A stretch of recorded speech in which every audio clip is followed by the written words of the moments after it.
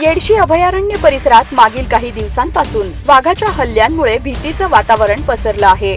या पार्श्वभूमीवर अप्पर प्रधान मुख्य वनसंरक्षक वन्यजीव पश्चिम क्लेमेंट बेन, पुणे मुख्य वनसंरक्षक NR प्रवीण आणि वनसंरक्षक प्रमोद लाकरा यांनी येडशी अभयारण्याला भेट देऊन वाघाच्या शोध मोहिमेचा आढावा घेतला।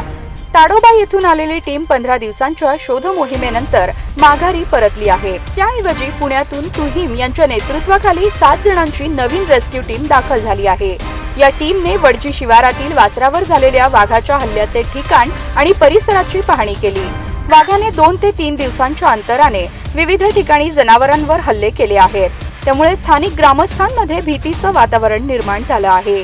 आज बुधवारी वरिष्ठ अधिकारी घटनास्थळांची पाहणी करून रेस्क्यू टीमला मार्गदर्शन केले। तसेच वाघाला जेरबंद करण्यासाठी नवीन रणनीती आखली जात आहे। टीमने वाघाच्या हालचालींवर लक्ष केंद्रित करून त्याला सुरक्षितपणे पकडण्याचं ध्येय ठेवलं आहे।